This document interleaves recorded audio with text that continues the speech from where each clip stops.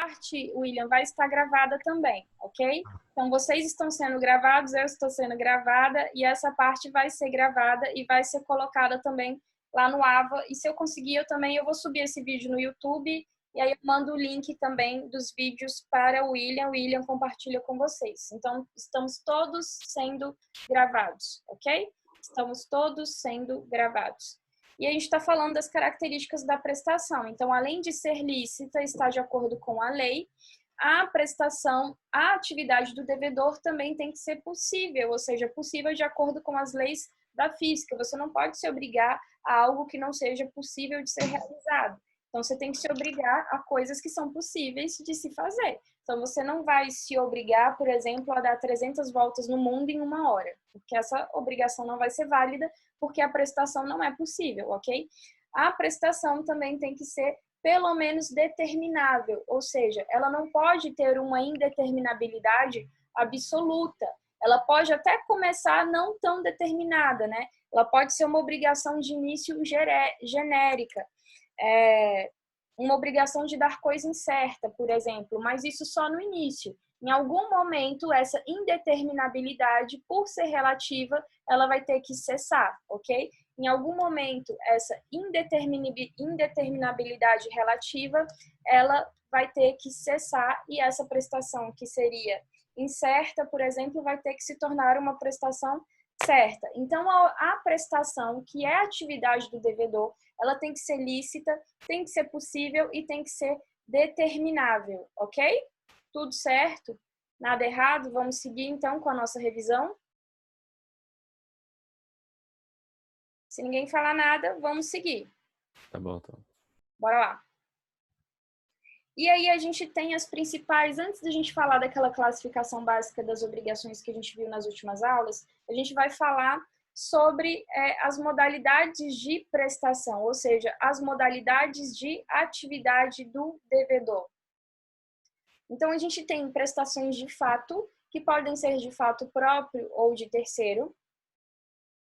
Então, ou a pessoa, ela mesma vai cumprir a prestação, que é a prestação de fato próprio, a prestação realizada pelo próprio devedor, que é a mais comum, ou essa prestação da obrigação pode ser cumprida também por um terceiro. Então, vamos lá, a gente tem uma obrigação inicial, por exemplo, entre uma empresa e fornecedores e determinados fornecedores de materiais para essa empresa. E aí o proprietário da empresa transfere a empresa para outra pessoa e esse novo proprietário, esse terceiro nessa relação contratual entre a empresa e entre os fornecedores, se compromete a manter os contratos e a cumprir os contratos com os fornecedores. Então, a gente teria um contrato, uma obrigação inicial entre o proprietário A e os fornecedores B, não é? E depois troca o proprietário e aí fica entre os fornecedores B e o novo proprietário C. E esse novo proprietário,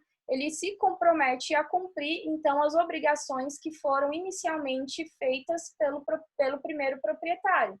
Então, você pode se obrigar e você mesmo fazer cumprir a prestação, ou pode ser que a prestação também seja cumprida por um terceiro, ok? Isso é importante porque quando a gente estiver desenvolvendo especificidade das obrigações nas próximas aulas, vocês têm que lembrar disso, que a prestação pode ser de fato próprio ou pode ser por fato de terceiro. A prestação, que é a atividade do devedor, não é? Como eu já falei, ela também pode ser uma prestação de dar coisa atual ou coisa futura. Então, a prestação pode ser uma atividade de dar uma coisa que já existe ou de dar uma coisa que ainda não existe. Então, você pode se obrigar a dar uma coisa atual, como, por exemplo, entregar um carro, entregar um imóvel, dar dinheiro, ou você pode se obrigar a uma prestação futura, como, por exemplo, safra, colheita de cana, de maçã, de café. Então, às vezes, ainda não existe, a colheita ainda não está finalizada, não foi finalizada. Então, você está se obrigando a entregar algo futuro. Então, a prestação pode ser de dar coisa atual ou de coisa futura. Esse conceitinho básico também vai ser importante quando a gente estiver vendo as especificidades das obrigações nas próximas aulas. E as prestações podem ser instantâneas ou contínuas. As instantâneas são aquelas que se realizam em um só ato, por exemplo, o pagamento à vista, né? As contínuas são aquelas que se realizam ao longo do tempo, prestações sucessivas, prestações periódicas, pagamento a prazo. Então, a prestação ela pode ser de fato próprio, pode ser por fato de terceiro, ela pode ser de dar coisa atual ou de dar coisa futura, e ela também pode ser instantânea ou contínua. Se alguém tiver alguma dúvida, abra o microfone aí ou fale aqui no chat comigo, ok? Enquanto ninguém não falar, eu vou passando aqui os slides. E já estamos quase terminando aqui as coisas que a gente viu em sala de aula. Força que a gente chega lá. O que está aí no quadro para vocês? Vocês estão conseguindo ver o meu quadro? Se estiverem, sinalizem que sim, por favor. Então, aí no quadro tem a classificação básica das obrigações que a gente viu em sala de aula. E essa classificação básica das obrigações, ela leva em conta a própria prestação. Então, essa classificação que está no quadro leva em conta o objeto imediato da obrigação, que é a prestação. Então, é a própria atividade do devedor que fundamenta essa classificação. Nas próximas aulas, a gente vai ver classificações especiais. Mas aí no quadro, nós estamos com a classificação básica de acordo com a atividade do devedor, ou seja, de acordo com a prestação. Então, a obrigação pode ser positiva ou pode ser negativa, ok? Obrigada, Tomás, pelo feedback. Poliana também. Valeu. Daniel também, Márcia também, obrigada, valeu. Então, olha só, a obrigação pode ser positiva ou negativa. Então, a obrigação positiva, dar. Dentro da obrigação de dar, nós temos a obrigação de dar coisa certa ou dar coisa incerta. E também é uma obrigação positiva, a obrigação de fazer, né? E nós temos também a obrigação negativa de não fazer. Então, olha só essas atividades que estão aí no quadro. Dar coisa certa, dar coisa incerta, fazer ou não fazer. Tudo isso tem a ver com a própria prestação, ou seja, com a própria atividade do devedor. Lembrando que a prestação é a atividade do devedor que tem por finalidade satisfazer o crédito do credor, ok?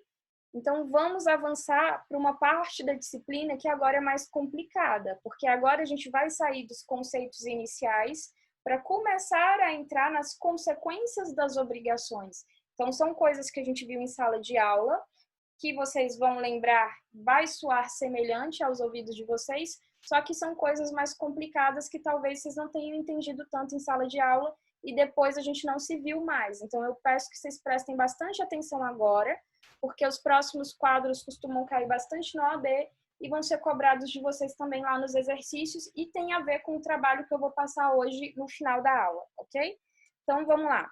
Seguindo essa classificação básica, vamos falar primeiro das obrigações de dar. Então, estamos falando de obrigações positivas dentro da modalidade obrigação de dar. E aí, lembrando que a obrigação de dar pode ser a obrigação de dar coisa certa ou a obrigação de dar coisa incerta, ok? Então, estamos falando da modalidade dar de obrigação. Modalidade dar de obrigação. Qual é o objeto das obrigações de dar? O objeto das obrigações de dar são prestações de coisas. Então, aqui você vai dar alguma coisa, entregar alguma coisa ou restituir alguma coisa. Então, nas obrigações de dar, o objeto, a prestação do devedor gira em torno de dar alguma coisa, entregar alguma coisa ou restituir alguma coisa. Então, nós estamos falando de dar dinheiro, por exemplo, nós estamos falando de entregar algo que já foi pago, por exemplo, entregar o imóvel, entregar o automóvel, entregar a mercadoria, ou de restituir. O que seria restituir? Você deve devolver ao credor dessa obrigação algo que já era dele, mas que por algum motivo contratual, obrigacional, acabou ficando com você por um determinado período de tempo. Então, as obrigações de dar são obrigações positivas e elas podem ser obrigações de dar coisa certa e obrigações de dar coisa incerta. E aí a gente viu que dentro dessa obrigação de dar, existem algumas nomenclaturas que a gente precisa enfrentar. Dar, propriamente dito, significa você transferir a propriedade da coisa. Entregar algo significa você transferir a posse ou a detenção. E restituir significa que você vai devolver ao credor algo que já era dele e que por algum motivo ficou durante um tempo com você. Então, dentro das obrigações de dar, nós temos subespécies, nós temos dar propriamente dito, nós temos entregar e nós temos restituir. Vocês estão entendendo o que eu estou falando? Por enquanto, eu sei que pode parecer confuso, mas conseguiram entender o que eu disse agora? Me dê um feedback aí, porque agora a gente vai começar a complicar. Aham. Todo mundo entendendo, né? Onde que começam as obrigações de dar coisa certa lá no Código Civil? 233 ao 242. Onde que começa a obrigação de dar coisa certa? 243 ao 246. Vamos começar pela obrigação de dar coisa certa, ok? Obrigação de dar coisa certa. A obrigação de dar pode ser de dar coisa certa ou de dar coisa incerta. Vamos começar pela obrigação de dar coisa certa. Só um minutinho que eu vou silenciar aqui os microfones.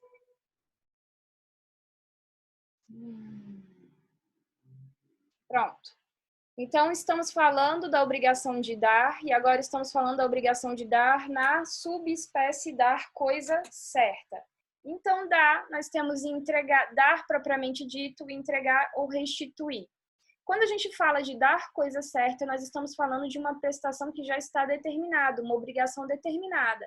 Então, você já sabe a quantidade, você já sabe a qualidade e você já sabe o gênero daquilo que você precisa dar, ou entregar ou restituir.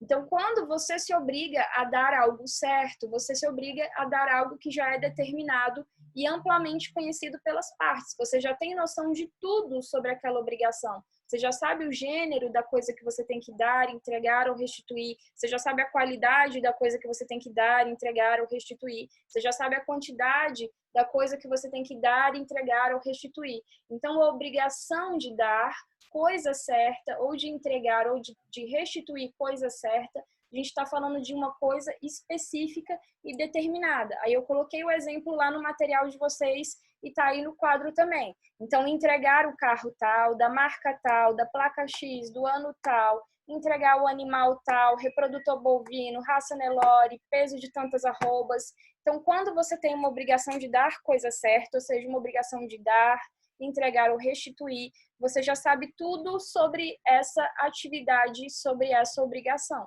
Já sabe o gênero, a qualidade e a quantidade. Não falta nada para você saber sobre essa obrigação.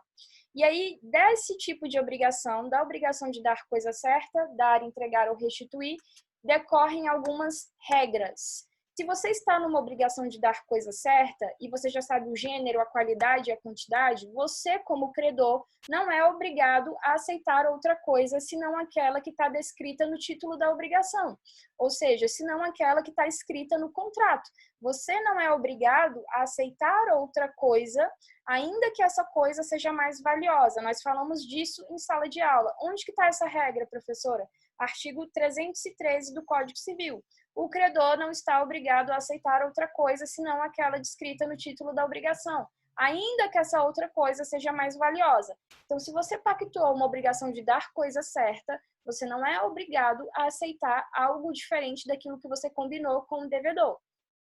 Outra regra importante relacionada à obrigação de dar coisa certa, que é o princípio do acessório segue o principal. A gente também estudou isso em sala de aula. E o que significa isso, professora? Geralmente a gente tem bens principais e dentro desses bens nós temos bens acessórios, que são aqueles que integram a coisa principal, não integram a coisa principal, mas podem ser utilizados para acrescentar a facilidade na sua utilização ou às vezes até para agregar valor. Então, bem acessório é aquele que pode ser retirado do bem principal sem causar nenhum prejuízo ao bem principal. Então, olha só, quando a gente fala do princípio do acessório segue o principal, a gente está falando que, em regra, os bens acessórios estão incluídos no negócio se o contrário não resultar do título da obrigação. Então, se você não especificar no título da obrigação ou na negociação que os acessórios não integram o principal, vai estar implícito nessa obrigação que o negócio está sendo realizado, incluindo os bens acessórios. Onde que está essa regra do acessório segue o bem principal, a não ser que o contrário esteja determinado no título da obrigação, no artigo 233. Então, por exemplo, se você faz benfeitorias em um imóvel, quando você faz uma negociação em relação a esse imóvel, a pessoa que está adquirindo esse imóvel, se você não especificar no contrato, ela vai inferir que todos os bens acessórios do imóvel estão inclusos no negócio. Então, se você não quer colocar os bens acessórios, é necessário que você determine isso no próprio contrato. Semestre que vem, o professor, a professora de contratos vai lembrar essa regra com vocês. Os acessórios seguem o principal, a não ser que algo diferente esteja pactuado no próprio título da obrigação. Então, se você compra uma casa, você infere, por exemplo, que a porta bonita da casa, a porta da moda, aquelas portas gigantes, por exemplo, que agora estão na moda, vão junto no negócio com a casa, né? A não ser que a pessoa que esteja vendendo esse imóvel para você especifique no contrato. Olha, a pessoa veio aqui ver a casa, mas eu saliento que a porta tal será retirada e o imóvel será entregue com outro tipo de porta. Não, essa porta não vai ficar no imóvel, por exemplo. A mesma coisa com outros bens acessórios. Então, quando você compra um carro usado, por exemplo, você tem que saber se, por exemplo, o som do carro está incluso no negócio. Se não estiver nada especificado no contrato de que o som não está incluso, o carro tem que vir para você com o som. A não ser que o devedor deixe claro para você que o som, que é um bem acessório, não está incluso no carro. Então, a gente trabalha com a regra de que os acessórios seguem o bem principal, a não ser que as partes especifiquem expressamente de que não, os acessórios não seguem o principal nessa situação, ok? Então, o credor não é obrigado a aceitar coisa diversa daquilo que foi pactuada, ainda que essa coisa seja melhor, e os acessórios seguem o bem principal nas obrigações. Se estiver tudo ok, falem comigo aqui no chat. Se não estiver, pode ligar o microfone e tirar uma dúvida sobre isso, tá? Vou passando aqui, mas se alguém tiver alguma dúvida, pode falar comigo sem problemas. Deixa eu dar uma olhadinha aqui no chat. Ok, segue. Márcia falou que tá tranquilo, Poliana falou que pode seguir.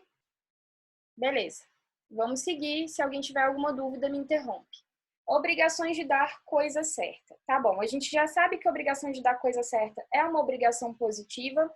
A gente já sabe que a obrigação de dar coisa certa, ela inclui dar, né, propriamente dito, entregar ou restituir. A gente já sabe que o credor não está obrigado a aceitar coisa diferente daquilo que ele combinou. E a gente já sabe que o acessório segue o principal. Agora, vamos complicar mais. Então, agora a gente vai falar de algo relacionado ao trabalho que eu vou passar para vocês daqui a pouco. Então, o trabalho de vocês vai ser sobre isso, vai ser sobre as consequências da perda ou do perecimento da coisa antes da tradição. Então, o próximo trabalho que nós vamos fazer, que eu vou passar daqui a pouco, vai ser sobre essas consequências que a gente vai estudar a partir de agora. Então, olha só. Estamos falando da obrigação de dar coisa certa e agora especificamente eu vou falar das modalidades de dar ou de entregar. Eu vou deixar por último a modalidade restituir, tá? Coisa certa. Então vamos começar por dar ou entregar coisa certa e os prejuízos de você perder a coisa que você deveria dar ou entregar antes da tradição, antes de entregar a coisa. Então imagine, você é o devedor numa relação obrigacional. Você está obrigado a dar ou a entregar alguma coisa. E essa coisa a qual você está obrigado a dar ou a entregar, ela se perde ou ela se estraga antes que você conclua a entrega. E aí, quem vai suportar os prejuízos dessa perda ou desse estrago, dessa deteriorização? Vai depender se você, né, que era o devedor, estava de boa fé ou de má fé. Então, qual é o contexto dos próximos quadros? Saber as consequências de você perder a coisa ou de deteriorar a coisa antes de cumprir a obrigação, ok? Então, vamos lá. Antes da gente entrar nas consequências, é necessário lembrar que perecimento é o mesmo que perda. Quando eu falo de perda, eu estou falando de perecimento.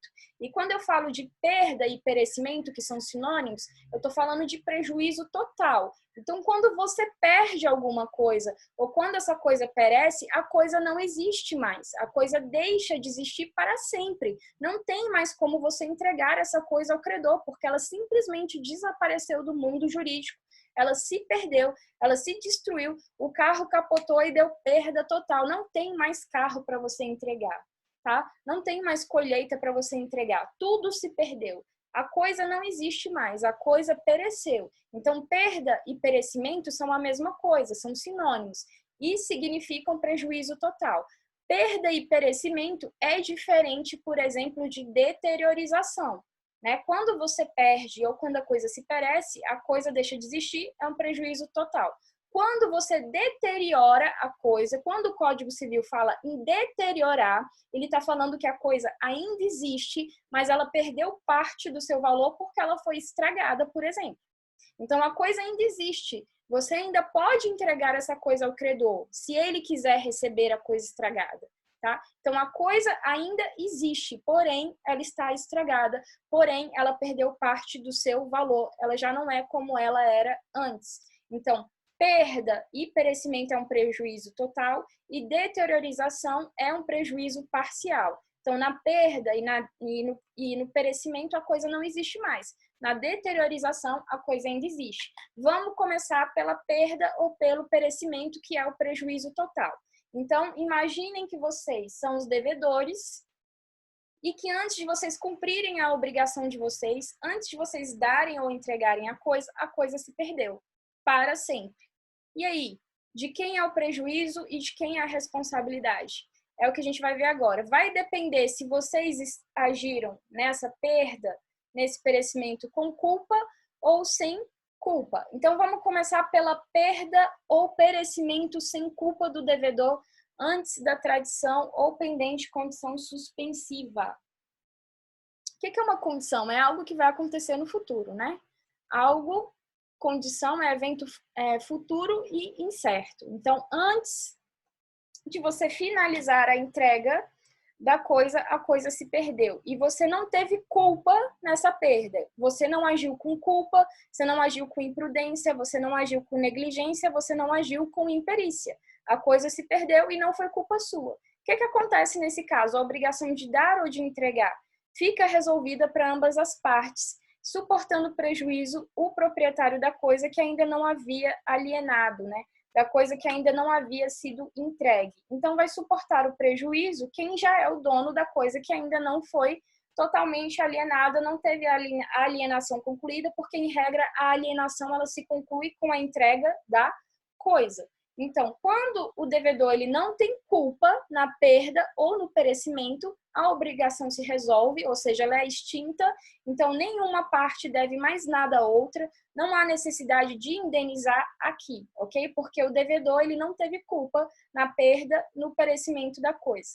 Mas quando o devedor ele tem culpa na perda ou no perecimento da coisa, ele vai responder pelo equivalente, ou seja, pelo valor da coisa, mais perdas e danos. Então, se você é o devedor e você tem que dar ou entregar alguma coisa certa e você perdeu a coisa, por culpa sua, você tem que pagar o valor da coisa, pagar o preço da coisa, porque você não tem mais como entregar a coisa. Então, você vai pagar o valor equivalente. Além do valor equivalente, você vai ter que pagar as perdas e danos que ocorreram. Vocês vão estudar lá em responsabilidade civil e também em contrato vocês vão ver um pouco o que são perdas e danos. Então, dentro de perdas e danos, a gente tem perdas materiais e a gente pode também ter que indenizar até um dano moral. Então, além de você pagar o equivalente, que é o preço da coisa, você tem que pagar também perdas e danos. Então, a primeira regrinha que vocês têm que se lembrar, toda vez que não houver culpa,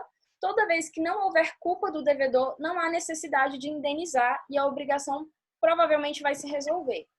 Todas as vezes que tiver culpa do devedor, vai sempre haver a obrigação de indenizar por perdas e danos e provavelmente, né, a obrigação de pagar o preço equivalente né? Pode ser que o credor até aceite ficar com a coisa se a coisa não se deteriorou ou se a coisa não pereceu, apenas se deteriorou. Mas a regra que eu quero que vocês se lembrem aqui é que, havendo culpa, há perdas e danos. Não havendo culpa, a obrigação se resolve sem perdas e danos, ok? Então já começou a complicar um pouco, mas vocês entenderam essa primeira parte? Perda sem culpa do devedor. A obrigação se resolve e não há necessidade de indenizar. Perda com culpa do devedor. Ele tem que pagar o preço equivalente mais perdas e danos. Beleza? Vai complicar mais. Vamos lá, então. Vamos lá, então. Consequências da obrigação de dar ou entregar quando a coisa se deteriora. No quadro anterior, eu estava falando sobre perda, prejuízo total. Agora eu estou falando de deteriorização. Deteriorização é o prejuízo parcial. Então, no quadro anterior, a coisa não existia mais. Agora, a coisa ainda existe, mas ela está estragada. Então, quais são as consequências de você estragar a coisa antes de dar ou entregar essa coisa? Ou seja, antes de finalizar a prestação da obrigação. Também vai depender se você agiu com culpa ou sem culpa. Quando a coisa se estraga, quando a coisa se deteriora sem culpa do devedor, o artigo 235 diz que o credor terá opções. Ele poderá escolher entre resolver a obrigação ou aceitar a coisa estragada, né, com o preço abatido do valor que se perdeu. Então, o credor, ele pode escolher resolver, extinguir a obrigação, não ficar com a coisa, ou ele também pode aceitar a coisa do jeito que ela se encontra. Só que como nesse caso não houve culpa do devedor, não haverá perdas e danos. Agora a coisa muda quando há culpa do devedor. Então a coisa se estragou, se deteriorou antes da entrega, né? Antes de você dar ou entregar, porém com culpa do devedor. O artigo 236 diz que o credor ele pode escolher entre exigir o preço equivalente, então ele não é obrigado a ficar com a coisa estragada. Na primeira opção, sem culpa do devedor, ele pode até ficar com a coisa estragada, mas ele não pode cobrar indenização. Aqui, como a culpa foi do devedor, ele pode exigir o preço equivalente ou aceitar a coisa estragada no estado que ela se acha, sendo que tanto se ele exigir o equivalente, tanto se ele aceitar a coisa estragada do jeito que ela se acha, ele ainda terá direito à indenização por perdas e danos. Então, olha só, a coisa se estragou antes da entrega, antes do devedor dar ou entregar aquilo que ele tinha se obrigado. Se o devedor não teve culpa, o credor ou resolve a obrigação, extingue a obrigação, ou fica com a coisa estragada, mas não pode reclamar perdas e danos porque o devedor não teve culpa. Porém, se o devedor tiver culpa, aí o credor terá duas opções. Ou ele cobra o equivalente, ou ele aceita a coisa estragada. Em qualquer um desses casos, ele vai ter direito a perdas e danos. Mais uma vez mostrando para vocês que quando há culpa, há perdas e danos. Quando não há culpa, não há indenização por perdas e danos, ok? Vamos seguir aqui. A gente estava falando de dar ou de entregar, que são as subespécies da modalidade dar coisa certa, ok? Então, a gente estava falando de dar ou de entregar coisa certa. Só que tem outra subespécie dentro da modalidade de dar coisa certa, que é a modalidade, a subespécie de restituir. Então, para quem está boiando ou para quem se perdeu um pouco, agora há pouco a gente estava falando de dar coisa certa nas espécies dar ou entregar. Agora nós estamos falando de dar coisa certa, porém na espécie restituir. Então, dentro de dar, a gente tem dar e entregar, e a gente já viu as consequências de você perder a coisa que você deveria dar ou entregar. Agora a gente vai ver as consequências de você perder a coisa que você deveria restituir. O que é restituir? Eu falei para vocês agora há pouco. Restituir é quando você tem a obrigação de devolver algo ao credor que já era dele. Devolver algo que já era dele e que por algum motivo, por algum período de tempo ou em razão de algum contrato ficou com você. Então, se você empresta alguma coisa, se você está numa relação de comodato, por exemplo, você tem a coisa transitoriamente. Em algum momento, você vai ter que devolver essa coisa para o verdadeiro dono. Então, Restituir é você devolver algo que já era de outra pessoa, que ficou com você por um determinado período de tempo, mas que você tem a obrigação de devolver, obrigação de restituir, ok? Agora a gente vai falar sobre as consequências de você perder a coisa que você deveria restituir. Então, você perdeu o carro que a pessoa te emprestou, né, que você deveria restituir. Você perdeu algo que você deveria devolver. Você está alugando o imóvel de alguém. No final do contrato de aluguel, você tem que restituir aquele imóvel, você tem que devolver aquele imóvel. Então, você vai devolver algo ao credor, algo que já era dele e que por algum motivo ficou em sua posse, em sua detenção, ok? Então, estamos falando de restituir coisa certa. Qual é a consequência de você perder algo que você deveria restituir? Então, vai depender novamente se você tem culpa ou se você não tem culpa. Então, vamos lá.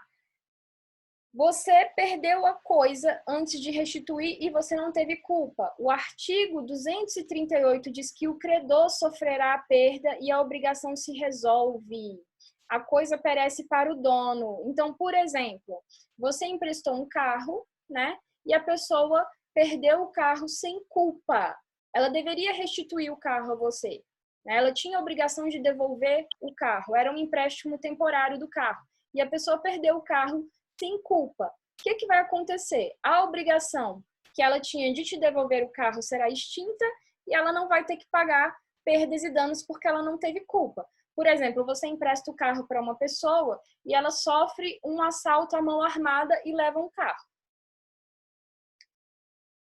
Eu não sei o que vocês acham sobre isso, mas a pessoa que sofreu um assalto à mão armada, ela não teve culpa de perder esse bem, né? Então, ela não tem como te devolver. Não foi uma escolha dela ser assaltado, né? Vai depender também do caso concreto. Se o juiz analisar o caso e achar que a pessoa foi muito imprudente, muito negligente, não sei, que estava num horário perigoso, eu não sei. Isso aí pode entrar no caso concreto. Mas, em regra, o exemplo que eu estou dando aqui é de quando a pessoa que estava na posse dessa coisa, ela não tem culpa sobre a perda dessa coisa. Então, ela foi assaltada à mão armada. Ela ia fazer o quê?